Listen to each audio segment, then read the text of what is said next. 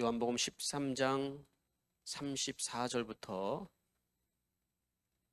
35절까지 말씀을 제가 여러분들을 대신하여서 봉독하여 드리도록 하겠습니다. 이제 나는 너희에게 새 계명을 준다. 서로 사랑하여라. 내가 너희를 사랑한 것 같이 너희도 서로 사랑하여라. 너희가 서로 사랑하면 모든 사람이 그것으로 너희가 내 제자인 줄 알게 될 것이다. 아멘. 이 시간에는 우리 윤영옥 목사님 나와서 하나님의 말씀을 선포하여 주시겠습니다.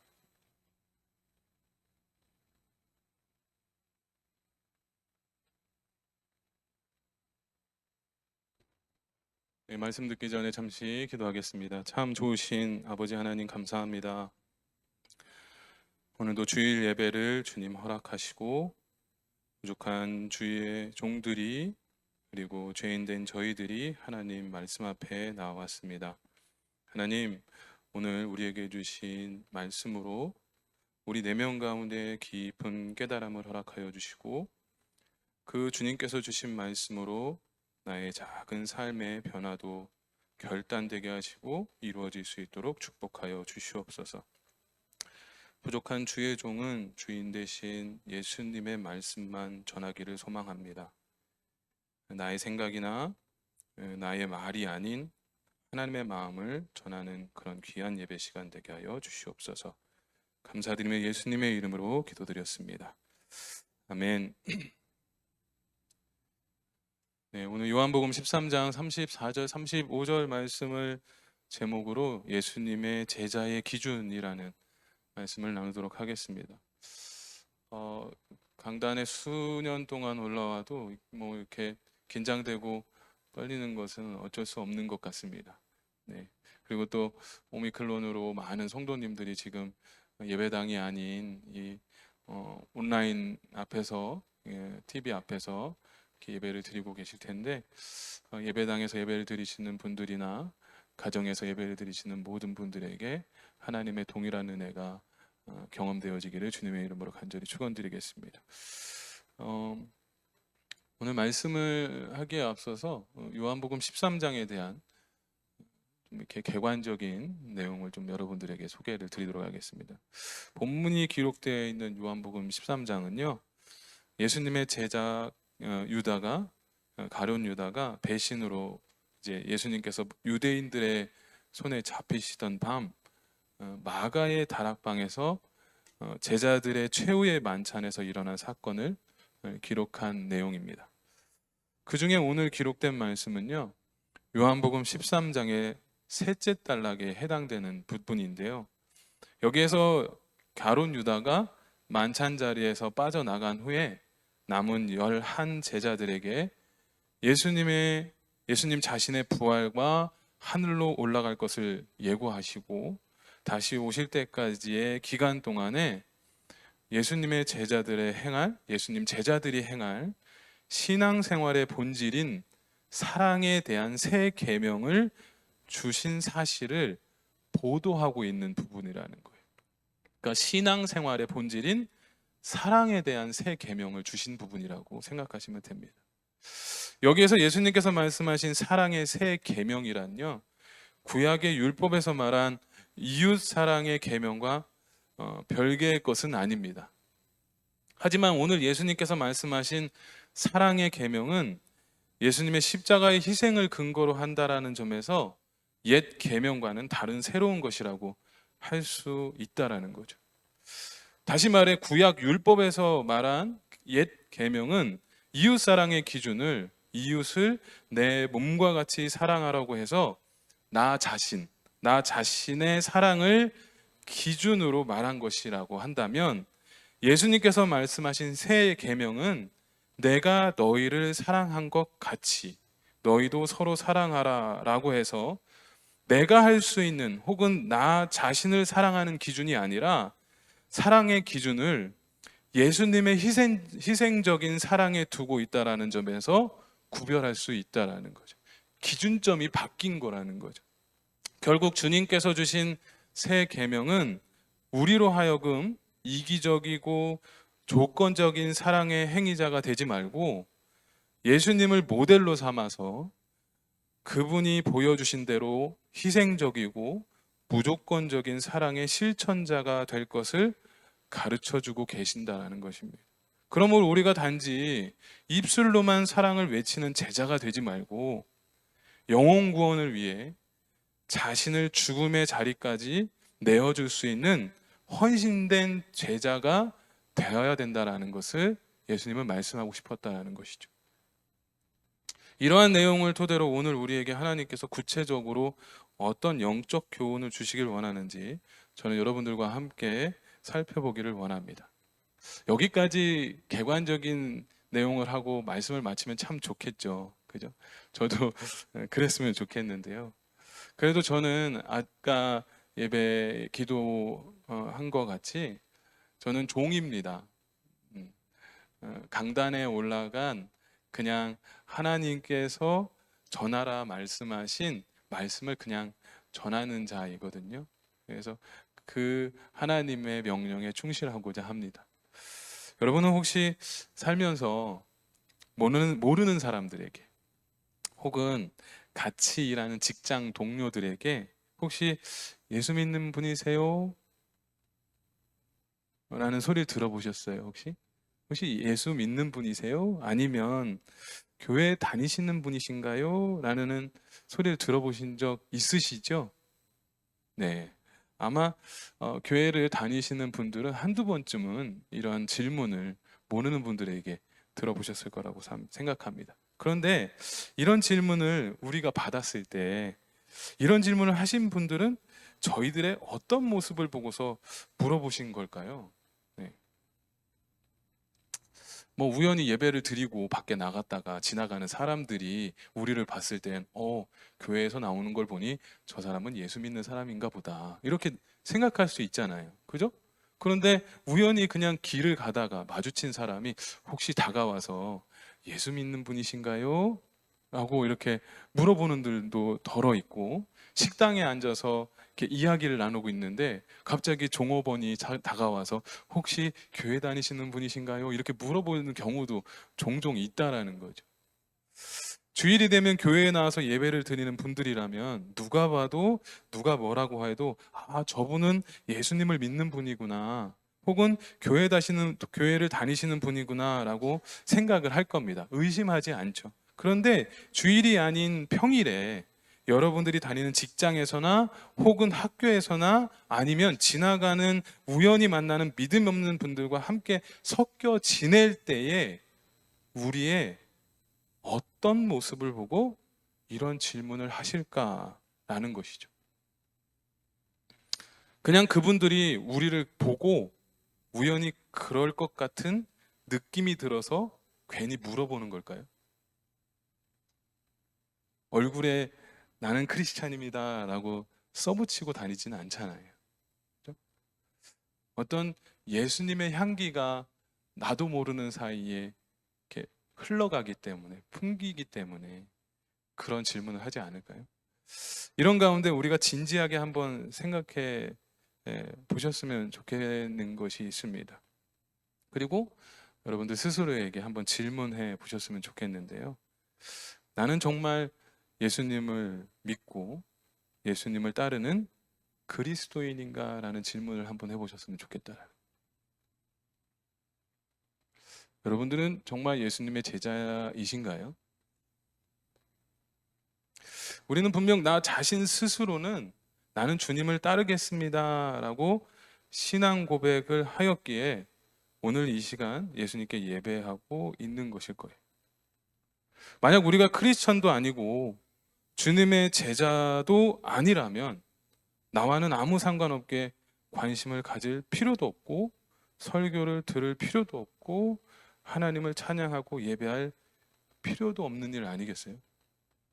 내가 예수님의 제자도 아니고 크리스찬도 아니고 그리스도인도 아닌데 내가 여기서 왜 예배를 드려? 재미없는 설교를 듣고 왜 모르는 찬양을 불러야 되지? 이런 질문을 누구라도 할 수 있지 않겠냐라는 것이죠. 여러분들이 생각하시기에 그리스도인은 어떤 사람들이고 예수님의 제자는 또 어떤 사람이라고 생각하십니까? 그리스도인이라는 단어가 처음 나온 것은요, 사도행전 11장에 기록되어 있더라고요.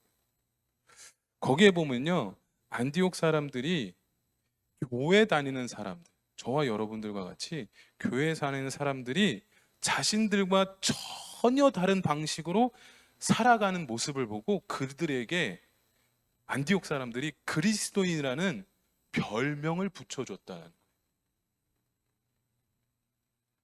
그럼 우리 자신은 믿지 않는 사람들과 정말 전혀 다른 방식으로 살고 있을까요? 전혀 다른 마음과 전혀 다른 생각과 믿지 않는 사람들과 전혀 다른 가치들을 가지고 살고 있는지 한번 생각해 보자라는 거예요. 그래야, 좀 달라야, 아, 저분은 진짜 크리스찬이구나 라는 소리를, 아, 저분은 정말 거룩한 삶을 살고 있는 성도구나 라는 소리를 들을 수 있지 않겠냐라는 것이죠.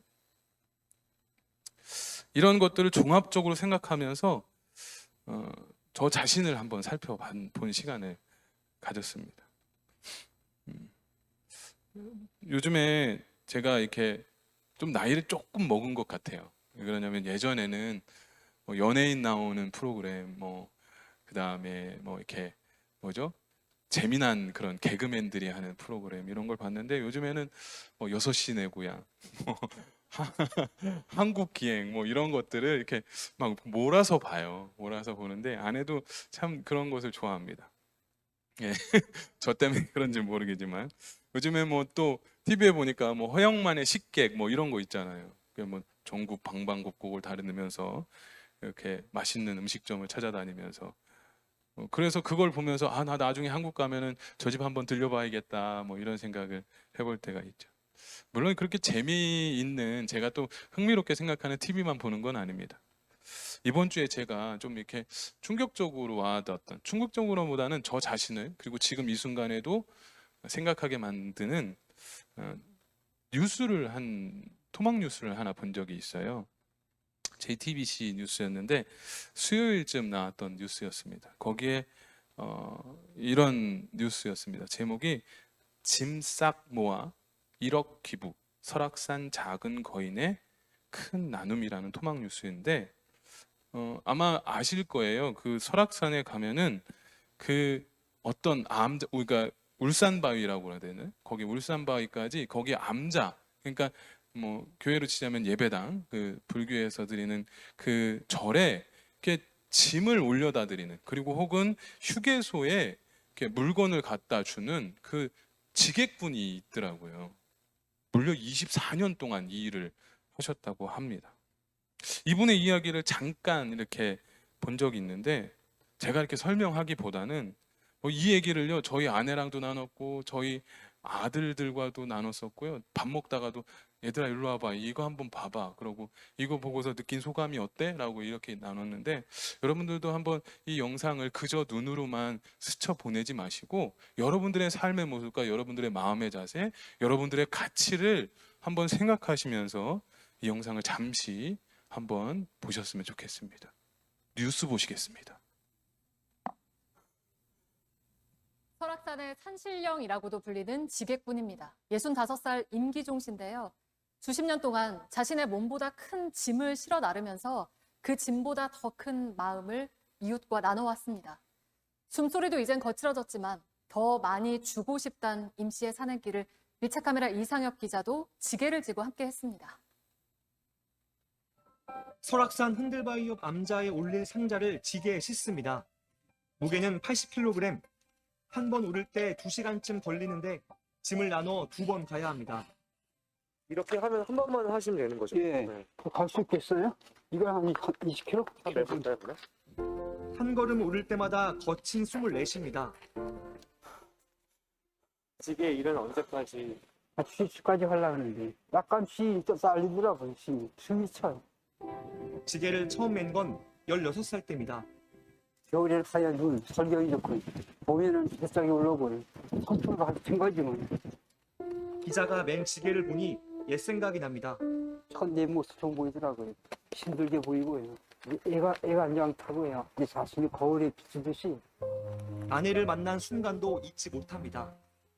손을 와닿더라고요. 그때 프로포즈는 어떻게 하셨어요? 그 사람 장애가 있으니까 살다가 추정축하고 이제 인문에 걱정을 하고 있더라고요. 하늘에서 뻥나도 그렇게 정리를 해라 할 것과 걱정하지 말라.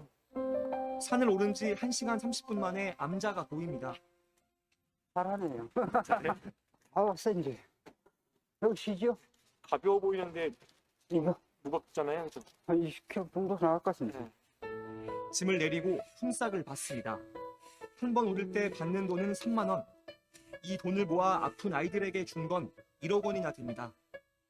24년 했는데 코로나 때 이런 발이 웃기다 싶으면 가만히 있는 거지. 길에서 만난 사람들은 걱정이 앞섭니다. 건강하셔요. 예. 오래 보셨어요? 그럼요. 건강하지 우리. 안녕하십니다. 아 여기 초록색 감인데 그래 장갑을 안 껴요. 손 시른데. 반가운 마음도 큽니다. 오늘 뭐 일거리 있었어? 죽으러 왔잖아. 휴게자? 많이 배워야지. 어머니 잘 계시고요. 어디서 오셨어요? 서울에서 왔어요. 아저씨 진짜 멋있게 살잖아요. 힘들게 이거 해가지고 남 도와주고 산다는 게 지게는 임 씨의 인생을 닮아 있습니다. 척 같은 삶, 인생의 무게, 각자의 짐을 짊어지고 가야 무게가 있잖아요. 우리 어른들 그런 얘기를 하잖아요. 내가 힘이 닿는 한 뭔가를 한다. 그런 의지를 갖고 있다는 게 멋진 거죠. 임 씨는 평생 올랐던 오르막길 끝에 섰습니다. 나 이름은 임비중이라 하고요. 58년 개띠 입신 내시고요. 설악산으로 빚만 서울에 두고 이제 그런 사람이지. 삶도 똑같은 게 오르막 있으면 내려막 듯이 이 김정은 것도 그렇고요. 정성기라고 생각이라고 더 이상 올 수가 없잖아요. 더 이상은 나이가 근데 들으니까 만약에 할 수 있다면 뭘 하고 싶으세요? 더 많은 걸 이제 갖다 주고 싶더라고요. 못 배운 손육성 가장 같은 애들 장학금도 갖다 주고 싶고요. 밀착 카메라 이상혁입니다. 네. 이가 다 나가셔서요. 지금도 저희가 육성으로 이렇게 참 거북할 정도로 발음이 안 좋으시잖아요. 그리고 그 첫눈에 반한 아내 되시는 분은 지체 장애를 가지세요. 그러니까 이렇게 키가 요만하세요. 네. 그런 분에게 이제 임기종 씨가 도망갈까 봐 프로포즈를 어떻게 했다고 그랬죠? 내가 평생 같이 있을 테니까 너무 걱정하지 마라. 이렇게 이야기를 하지 않았습니까? 어떤 게 느껴지시나요? 저는 제가 이 영상을 보면서 이렇게 주목하고 싶었던 것이 있었는데 이분의 마음과 이분의 마음에서 우러나오는 행동을 좀 주목하게 됐어요. 네.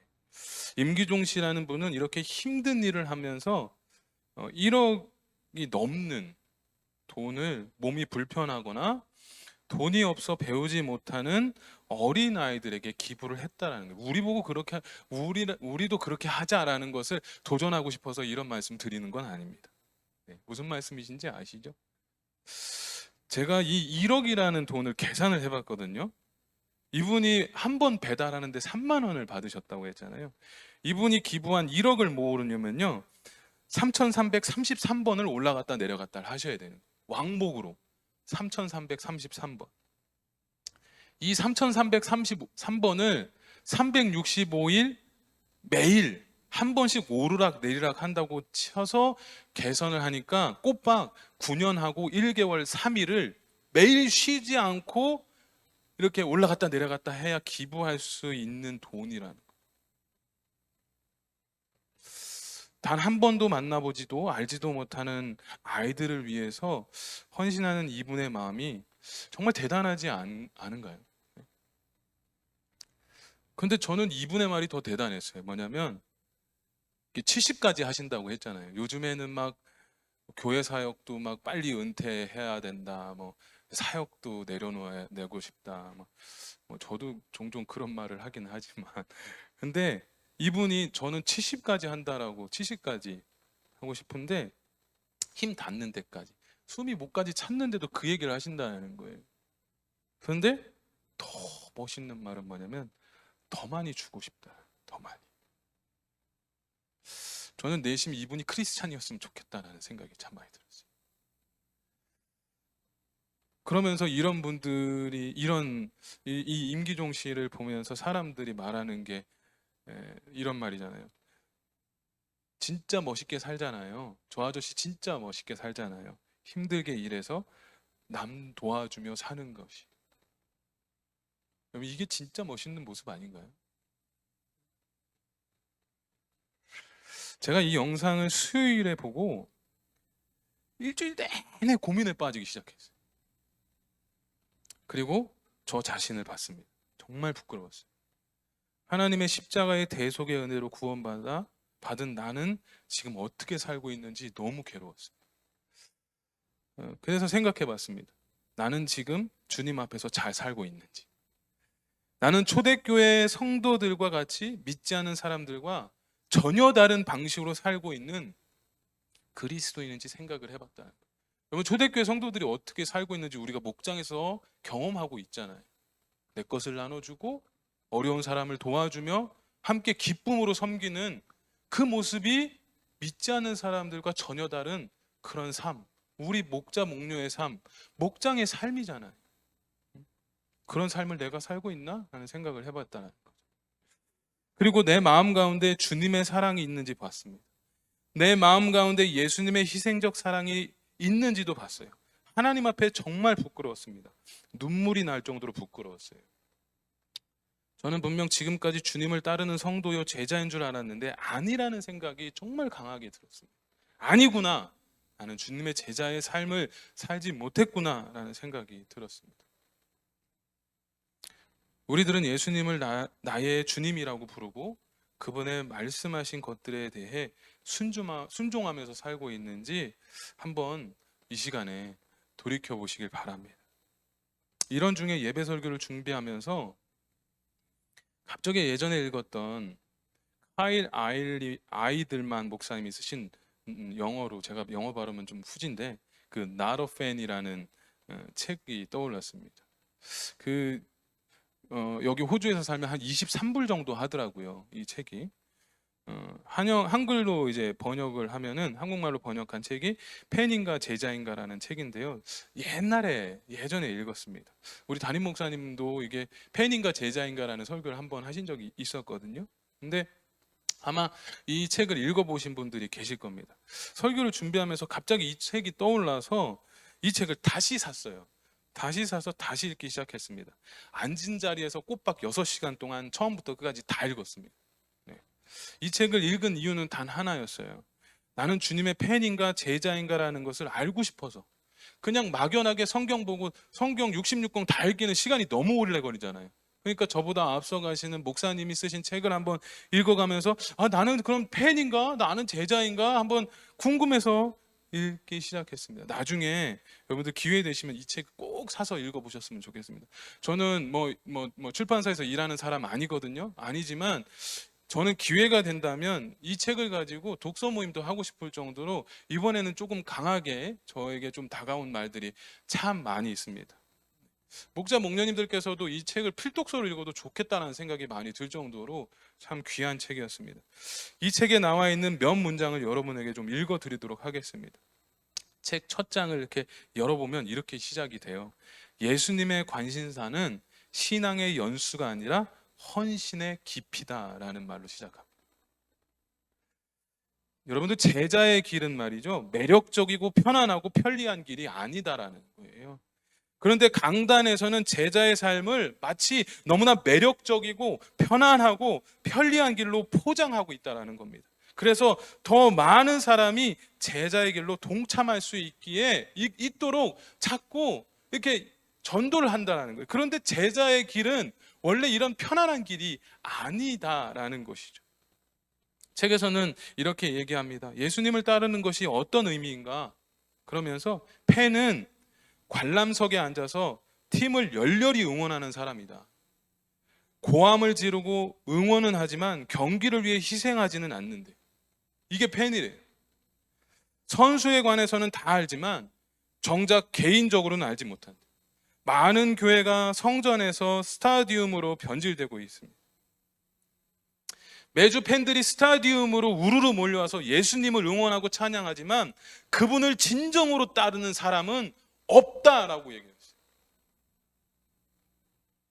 오늘날 교회의 가장 큰 문제는 스스로 그리스도인이라고 말하지만 정작 주를 따를 생각은 없는 팬들이 수두룩하다라는 거예요.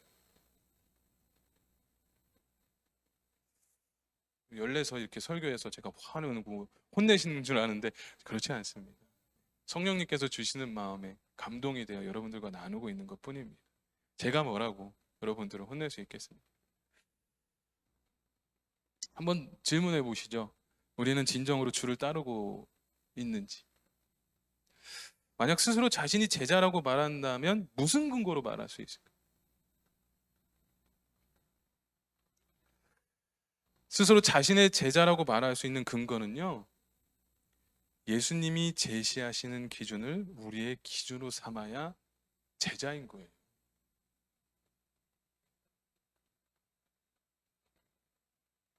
우리가 그리스도인이요, 우리가 주님의 제자가 되려면 예수님께서 제시하시는 기준을 우리의 기준으로 삼고 따라야 하는 것이 제자라는 거예요.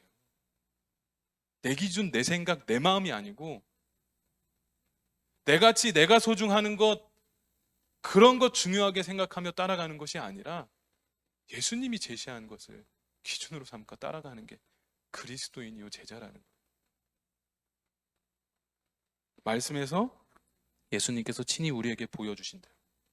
말씀대로 따라야 한다는 것이 그분의 기준인 거예요. 오늘 예수님께서 말씀하신 제자의 기준이 뭘까요, 그럼? 내가 너희를 사랑한 것 같이 너희도 서로 사랑하여라 라는 것이 기준인 거예요. 오늘 본문 말씀을 보면 서로 사랑하는 말이 3번씩이나 나옵니다. 34절, 너희에게 새 계명을 준다. 서로 사랑하여라. 내가 너희를 사랑한 것 같이 너희도 서로 사랑하여라. 너희가 서로 사랑하면 모든 사람이 그것으로서 너희가 내 제자인 줄을 알게 될 것이다. 이게 기준이라는 거예요. 왜 이렇게 예수님께서 사랑이라는 말을 강조하셨을까요? 사랑하면 무엇이 떠오르십니까? 사랑하면 어떤 이미지가 생각나시죠? 사랑하면 헌신이 떠오르지 않나요? 그래서 여러분들 사랑하면 헌신할 수 있어요. 희생할 수 있습니다. 반대로 사랑이 부족하면 헌신도 머뭇거리게 되어 있어요. 성경에서 말하는 헌신은요, 나 자신을 하나님께서 기뻐하시는 거룩한 산 제사로 드리는 것이 헌신이라고 얘기했어요. 그러면 어떻게 헌신하는 게 헌신인데요? 예수님 같이, 내가 너희를 사랑한 것 같이 자신의 몸을 하나님이 기뻐하시는 거룩한 산 제물로 드리라라는 거예요. 이 말의 뜻이 무엇일까요? 이 말의 뜻은 우리가 주님을 예배할 때에, 우리가 주님을 찬양할 때 마음과 생각으로만 찬양하고 예배하는 것이 아니라 몸을 드리는 삶. 3부에서도 이 대목을 이야기한 적이 있었는데요, 실천하는 삶, 변화를 갈망하는 거룩한 삶을 살려고 해야 된다는 겁니다. 그런데 많은 분들이 이 기준을 따라가지 못하는 듯 하여 예수님이 가슴 아파하신다는 거죠. 마음으로는, 생각으로는 하나님을 사랑하고 교회를 사랑한다라고 말하지만 몸으로 주님을 사랑하는 성도는 그리 많지 않다라는 것에 탄식하고 계시다라는 거예요. 옛날에 여러분들 가까이 우리 교회를 한번 보십시오. 옛날이나 지금이나 똑같은 분들이 50이 되고 60이 돼도 그 자리에서, 그곳에서 헌신하는 분들만 계시다라는 거예요. 지금 젊은 사람들 뭐 하고 있는데? 그분들은 곧 가실 분들인데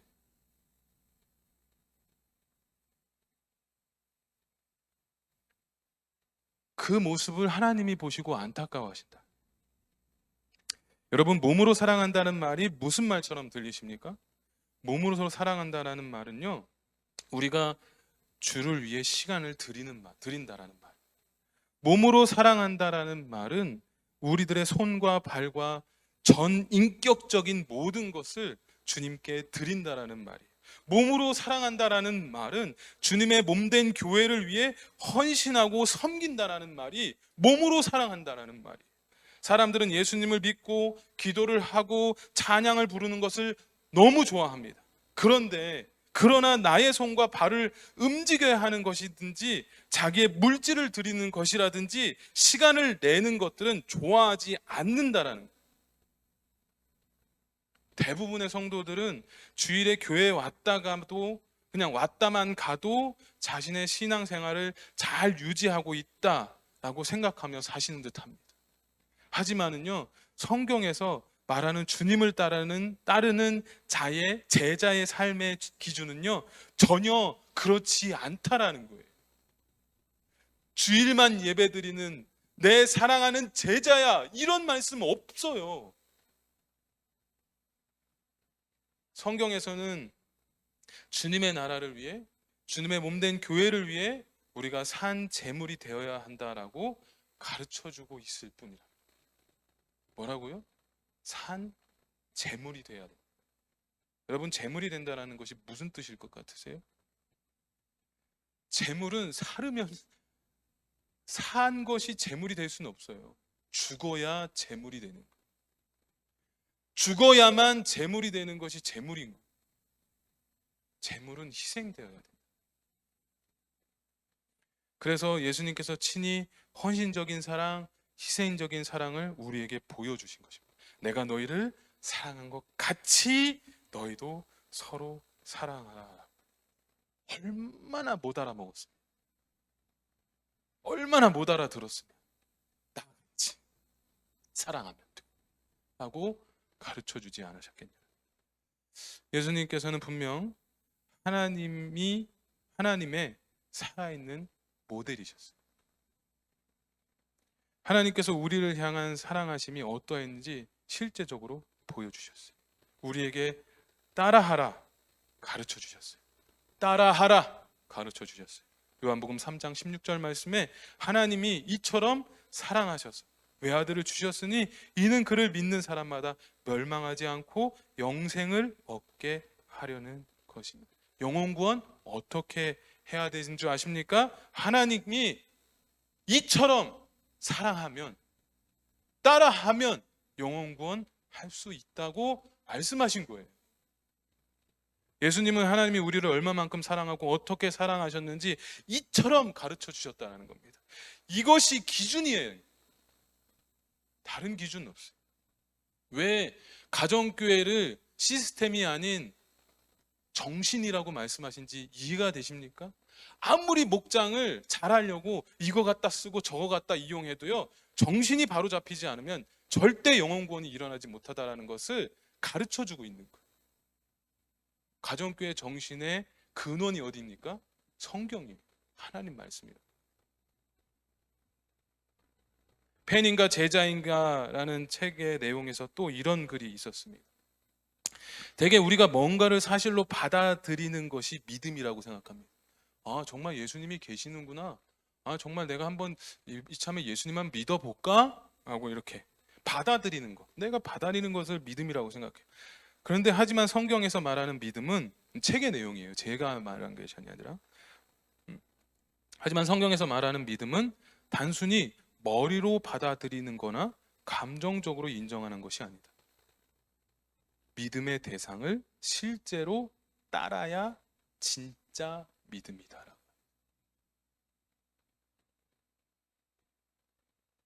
따르는 것은 고개만 끄덕이는 것이 아니라 손발이 움직여야 따라갈 수 있는 거예요.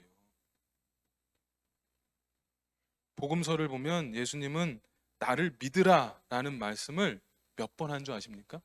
마태, 마가, 누가, 요한 중에 나를 따르라, 예수님이 그렇게 리더가 되어주셔서 그렇게 말씀하신 게 몇 번 정도 될 것 같습니까? 4번. 믿으라 라는 것이 4번 나왔다. 나를 믿어라 4번 나왔대. 그런데 나를 따르라라는 것은 몇 번 나오지 않습니까? 20번 나왔어요.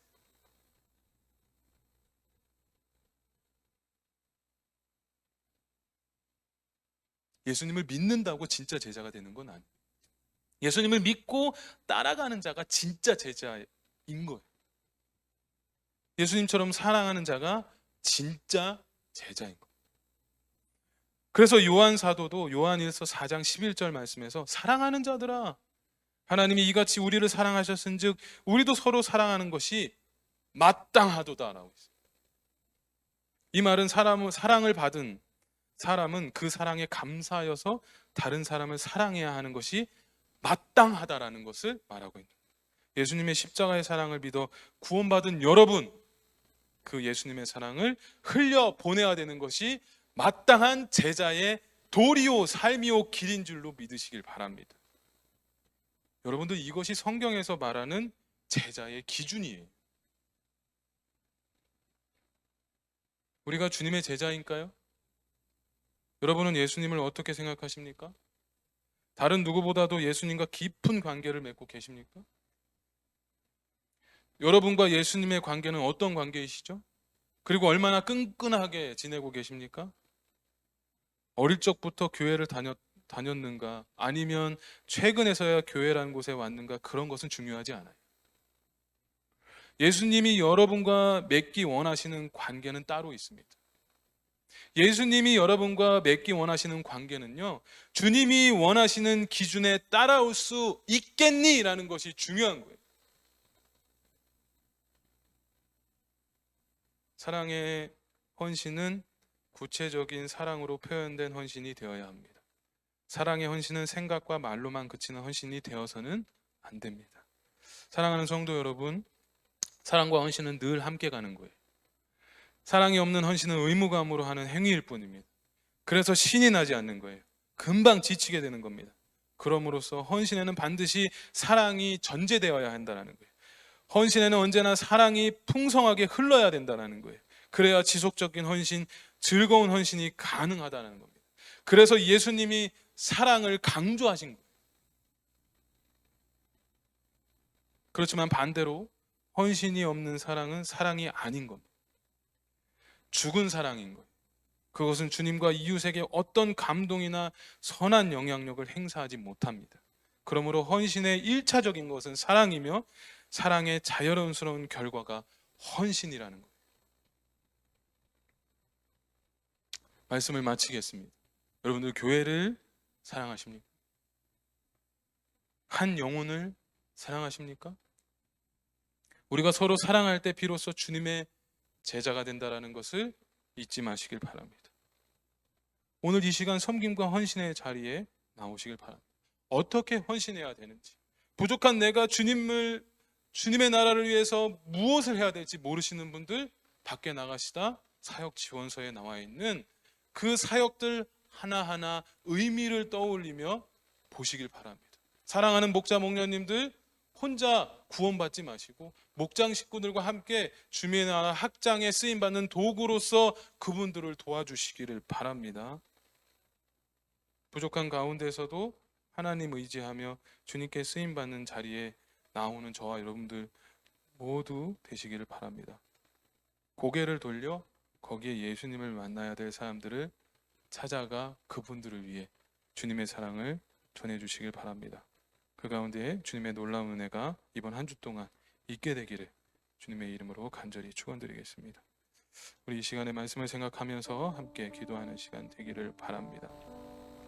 저는요, 말주변도 없고 사실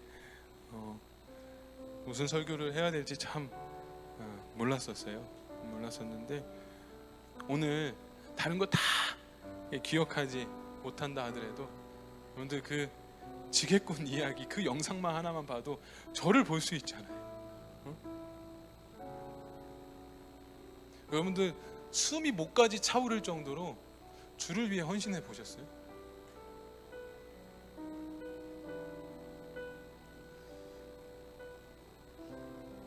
우리가 좀 올 한 해 코로나를 맞았지만 우리가 정말 주님의 나라를 위해, 그리고 목장을 위해, 교회를 위해 정말 하나의 미랄이 되어 정말 썩기까지 주님 앞에 충성하는 그런 귀한 올 한 해가 되기를 소망하며 이번 한 주 동안 많은 결단이 일어나기를 간절히 기도했으면 좋겠습니다. 함께 기도하겠습니다. 아버지 하나님, 이 시간에 기도하기를 소망합니다. 주님, 우리는 늘 부족하기에 하나님을 의지할 수밖에 없고, 그리고